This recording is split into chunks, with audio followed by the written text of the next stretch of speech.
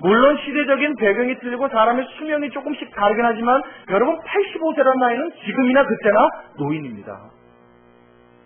85세 된 노인이 아무리 믿음이 좋아도 그렇지요. 전쟁을 벌여서 그것도 안악자손을 철병거가 있는 그들을 하늘을 찌를 듯이 높은 성인 헤브론에 있는 그 성을 헤브론이라고 하는 성은 나중에 갈렙이 쟁취하죠. 그래서 그 헤브론이라고 하는 성이 다윗 왕 때 와서는 7년 동안 왕도로 사용되었던 성이 바로 헤브론 성입니다. 그만큼 아주 하나님 앞에서도 사람에게도 유용한 성이요 굉장히 견고하고 대단한 성입니다.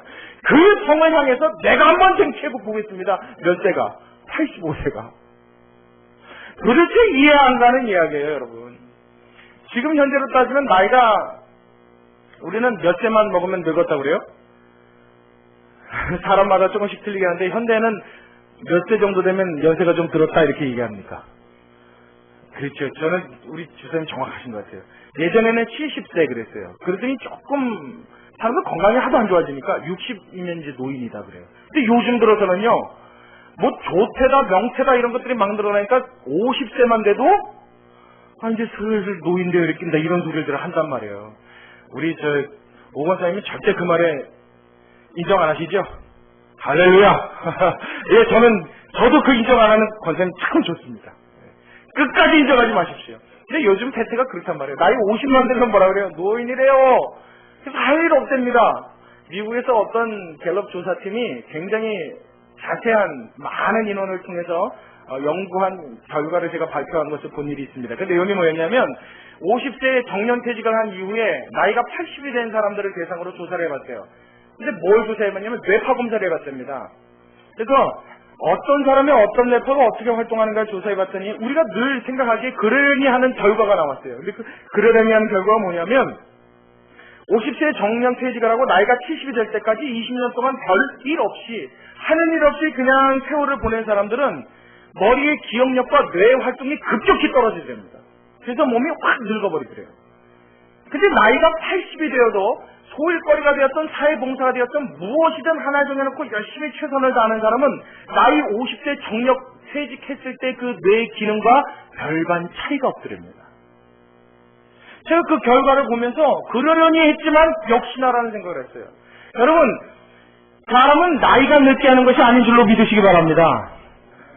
사람이 늙어가는 것은 단순히 세월의 흐름에 따라서 이마에 주름살 하나는 더 갈 수 있게 할지 모르겠지만 우리의 육체를 늙게 할지는 모르겠지만 정말 사람을 늙게 하는 것은 뭐예요? 마음의 꿈과 소망을 접어버릴 때 이미 그에게는 노년이 시작된 줄로 믿으시기 바랍니다. 나이가 안만 저면 뭐 할 거예요? 미래의 꿈이 없고 계획이 없고 발전할 수 있는 취지와 밀고 나갈 수 있는 원동력이 없는데 그 사람은 뭐에 쓰겠습니까? 죽은 고목나무와 별반 차이가 없는 것입니다. 나이가 들었어도 하나님이 이 땅에 아직까지 내 발을 붙이고 살아가게 하신 것은 나를 도와여 이루실 하나님의 뜻이 아직까지 있기 때문인 줄로 믿으시기 바랍니다. 그런 의미에서 아직까지 나는 쓸모가 있다는 거예요. 여러분 이거 믿습니까? 믿으십니까? 그렇다면 이 믿음 갖고 하나님 앞에 나아가야지요. 이 믿음 갖고 하나님 앞에 나아가야 합니다. 미국의 디트로이트에 가면 포드 자동차 회사가 있다고 합니다. 그 회사에 가면 포드 사장 사진과 그 부인 사장이 걸려있어요. 부인 사장이라니. 부인의 사진이 걸려있어요. 사장과 부인의 사진이 걸려있는데 그 밑에 설명이 참 재밌는 설명이 달려있습니다. 남편의 사진 밑에는 뭐라고 하냐면 믿음을 가지고 꿈을 꾸었던 사람 이렇게 붙어있어요. 그리고 그 부인 사진 밑에는 뭐라고 하냐면 믿음을 가지고 기도하였던 사람 이렇게 붙어있습니다. 그 두 부부가 힘을 합쳤으니 여러분 포드 같은 회사를 기업을 일으킬 수밖에 없겠죠. 한 사람은 어떻게 해요? 믿음을 갖고 자꾸 꿈꾸는 거예요. 믿음을 갖고 하나님이 주신 그 약속의 말씀으로 한 걸음 나아가고자 하는 미래에 대한 비전을 항상 바라보는 것이 쉬지 않는 거예요. 그때 어떻게 해요? 한 사람은 그 비전을 놓고 열심히 하나님 앞에 기도하고 하나님 앞에 매달릴 때 하나님의 역사는 나타나는 줄로 믿으시기 바랍니다. 그럼 나타나요, 여러분. 이걸 믿으십시오. 이걸 믿는 순간 어떻게 해요? 움직여지는 사람이 됩니다. 이걸 못 믿으면요, 날마다 그 자리인 거예요, 그냥. 오늘도 오늘처럼 살고, 내일도 내일처럼 사는 거예요. 그냥 그날이 그날인 것처럼 사는 거예요. 그러나 이 사실을 믿는 순간요, 여러분, 우리는 더 이상 오늘에 멈춰 있지 않고 내일을 사는 자가 되는 줄로 믿으시기 바랍니다. 왜요? 하나님의 약속은 아직까지 내 안에 유효하기 때문에요. 할렐루야! 예. 여러분, 저를 보시면서, 우리 목사님은 저런 설교 하실 때, 그렇지 젊으니까 저런 말씀하시지, 천만에요. 저는 70이 돼도 이 설교 할 겁니다. 은퇴하기 전까지는 꿈꿔야 합니다.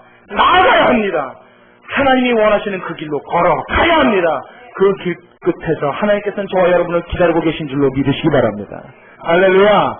이 믿음 갖고 나가는 거예요. 그렇다면 이 믿음 갖고 하나님 앞에 매달리는 사람은 어떠한 마음을 가져야 되느냐? 두 가지. 제가 오늘 두 가지만 말씀을 드릴게요. 하나님이 나에게 약속을 주셨다. 나와 함께 하신다고 하셨다. 하나님이 나에게 무엇인가를 이루라고 말씀하셨다. 이 이루는 것이 내가 어떻게 해야 되냐? 간절히 원해야 될 두 가지가 있습니다. 그 중에 하나는 무엇이냐면 영적인 바람이고 하나는 육적인 바람입니다. 그 영적인 바람이 먼저 하나님 앞에 있어야 되는데 이 영적인 바람 뭘 것 같아요? 내가 날마다 하나님 앞에 꿈꾸고 소망해야 되고 간절히 바라야 될 게 있다고요. 뭘 것 같습니까? 영적으로 간절히 바라야 되는 것. 자, 시간이 아직 35분 조금 넘었어요. 시간 여유가 있어요. 제가 오늘 대답이 별로 안 나오면 한 분 한 분 다 일으켜서 질문을 할 겁니다. 그러니까 그렇게 하기 전에 얼른들 대답해 보세요. 영적으로 하나님 앞에 내가 가져야 될 소망이 무엇일까? 네. 뭐야? 천국에 대한 소망. 네. 또요.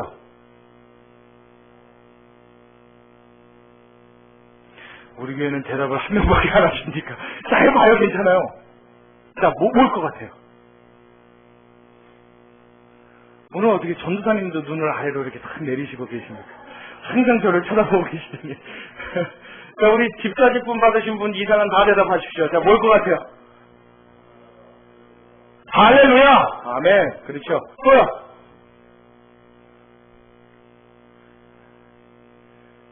권사님, 뭘 것 같습니까? 질문 시간만 되면 다들 난색을 표하시고, 근데 이렇게 해야 돼요. 어쩔 수 없습니다. 왜냐면, 여러분 공부 잘하는 사람은요, 우리 학생들, 여러분 자녀들 다 공부 잘하는 자녀 되길 원하시죠? 그리고 공부 잘하는 자녀이길 원하셨었죠? 그렇죠? 네. 근데 걔네들이 공부 잘하려면 어떻게 돼요? 자꾸 발표하고, 자꾸 질문하고, 자꾸 이야기해야 됩니다. 그렇죠? 근데 어른들은 안 하잖아요. 우리 어른들은 절대 안 합니다. 예배 시간에도 앞자리로 오십시오. 그럼 맨 뒷자리로 가단 말이에요. 공부 잘하는 애들은 앞자리에 앉아요? 뒷자리에 앉아요? 그렇죠. 네. 그럼 오늘 조금 앞에 앉으셨어요. 목소리 큰 거 보니까. 앞에 다 와서 앉는단 말이에요. 선생님이 무슨 말 할까 그 입에서 말 떨어지기가 무서워요. 그러니까 여러분들도 그렇게 해야 돼요. 교회 안에서 공부 잘하는 게 중요하지 않습니다. 그러나 하늘나라의 이 하나님의 말씀에 대해서는 1등가야 될 줄로 믿습니다. 제가 여러분들한테 기회 드리는 거예요. 부담스러워요. 목사님 설교할 때 질문 좀 줄여주세요. 그런 소리 하지 말아요. 저는 욕심이 있습니다. 우리 교회는 누구보다도 하나님 말씀에 1등가길 소원합니다. 하나님의 말씀이라면 구슬깨도 꿰고 있을 뿐만 아니라 그것이 삶의 막 주렁주렁 열매로 나타나는 성도 되길 주의 이름으로 축원합니다. 이게 제 소원이기 때문에 어쩔 수 없어요. 대답해봐요. 또 하나. 한 번만 더 해봐요. 뭐 있어요? 우리가 영적으로 소원해야 될 거. 정말 바라야 될 거. 네? 구원! 아멘! 자, 우리 아까 한 분은 천국 그러셨고, 우리 집사님 구원 그러셨어요. 소망하고 바라야 되는 일은 맞습니다만은, 그게 제일 소망해야 될 일은 아닙니다. 왜냐하면, 이미 천국과 구원은 따놓은 장상이기 때문인 줄로 믿습니다. 사실 내가 그렇게 크게 소망 안 해도 여러분 예수 믿는 순간 여러분의 천국은 보장되어 있습니까? 안 됐습니까? 그럼 뭐 그거는 그렇게 그렇죠. 늘 생각하고 바라고 꿈꿔야 될 일은 맞는데 그게 내 가장 중요한 소원은 아니에요. 믿음. 믿음도 맞아요. 뭔가 이렇게 마음이 시원한 대답이 딱 안 나오는데 제가 말씀드릴게요. 여러분 생각하고 있었던 생각과 맞는 거 한번 비교해보세요. 영적으로 우리가 제일 소망해야 될 거 한 가지. 날마다 이 생각을 포기하지 말고 주님 앞에 꿈꿔야 될 그 꿈 무엇인가? 그것이 무엇이냐면 하나님 마음에 합당한 자가 되기를 소원해야 되는 줄로 믿으시기 바랍니다. 아멘. 왜 아멘 안 해요? 다시 한번요. 하나님 보시기에 마음에 합한 자가 되기를 소원하는 여러분 되시길 주의 이름으로 축원합니다. 이게 영적인 우리의 소원이어야 돼요. 이것은요, 하나님이 인간을 만드실 때 창조 목적에 해당되어지는 겁니다.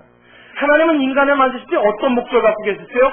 나와 같은 자 되기를 원하는 마음으로 하나님은 아담을 빚으셨습니다. 나와 같은 자 되기를 원하는 마음으로 자신의 생명을 그의 코에 불어넣으셨습니다. 나와 같은 자 되기를 바라는 마음으로 누구의 형상을 따라 만드셨어요? 하나님 곧 자신의 형상을 따라 하나님은 인간을 빚어내셨어요. 하나님이 인간에게 제일 원하는 건 뭐예요? 하나님 닮은 자 되는 것. 하나님이 마음에 합한 자 되는 것. 꼭 마치 성경에 표현된 대로 말하면 이새의 아들 다윗처럼 다윗. 하나님께서 다윗을 보고 뭐라고 말씀하셨어요? 내가 이새의 아들 다윗을 만나니 저는 내 마음에 합한 자라. 할렐루야! 할렐루야! 이건 신약 성경에 와서 그 말을 신약에 대비해서 말을 옮기면 어떻게 되냐면 그리스도 안에서 온전한 자라는 뜻이 됩니다. 더 우리가 이해하기 쉽게 제일 편한 말로 설명을 하자면 이 말은 곧 하나님을 가장 많이 닮은 자를 이야기하는 겁니다. 하나님 보기에 이새의 아들 다윗을 딱 봤더니 얼마나 이게 마음에 들고 이쁜지 하나님이 흡족하신 거예요. 할렐루야! 누굴 닮았기 때문입니까? 하나님을 닮았기 때문이에요. 그의 갖고 있었던 성품과 그의 사는 모양과 그의 마음속에 담겨있는 것들이 다 하나님 마음속에 어떻게 해요?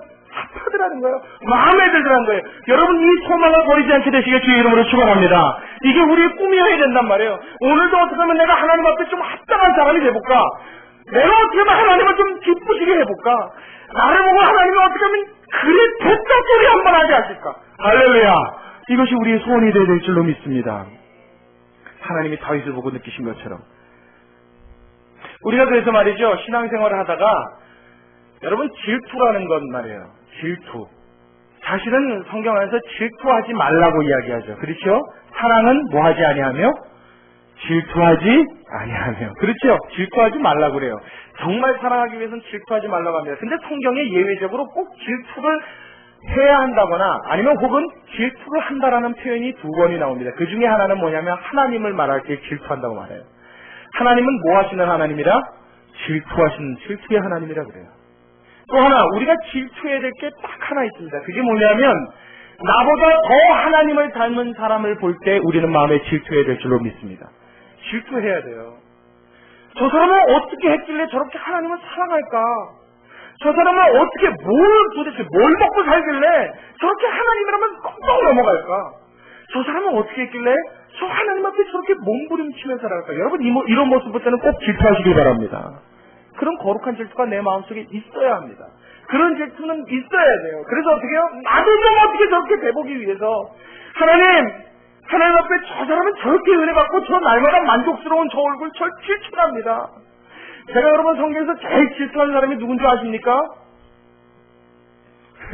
여러분들 아마 의외의 인물일 거예요.